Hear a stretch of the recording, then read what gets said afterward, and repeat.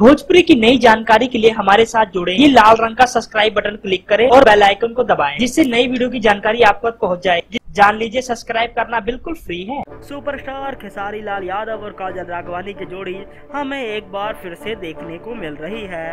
दोस्तों, हम आपको बता दें, सुपरस्टार खेसारी लाल यादव और काजल राघवानी की जोड़ी फिल्म मैं सेहरा बांध के आऊँगा शूटिंग हो रही है। दोस्तों, आपको बता दें, गाना खेसारी का जो कि सभी इतिहास को तोड़ने के लिए बेकरार, उस गाने का नाम तो अभी नहीं सामने है, लेकिन दोस्तों फिल्म मैं सेहरा बांध के आऊँगा का ये गाना होगा।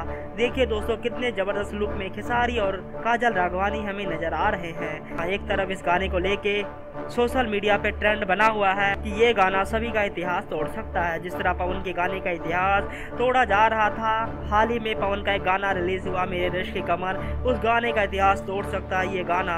दोस्तों, बहुत ही जबरदस्त होगा गाना। देखते हैं दोस्तों क्या इतिहास रच पाता है ये गाना या नहीं, देखते हैं कुछ दिनों के बाद। धन्यवाद।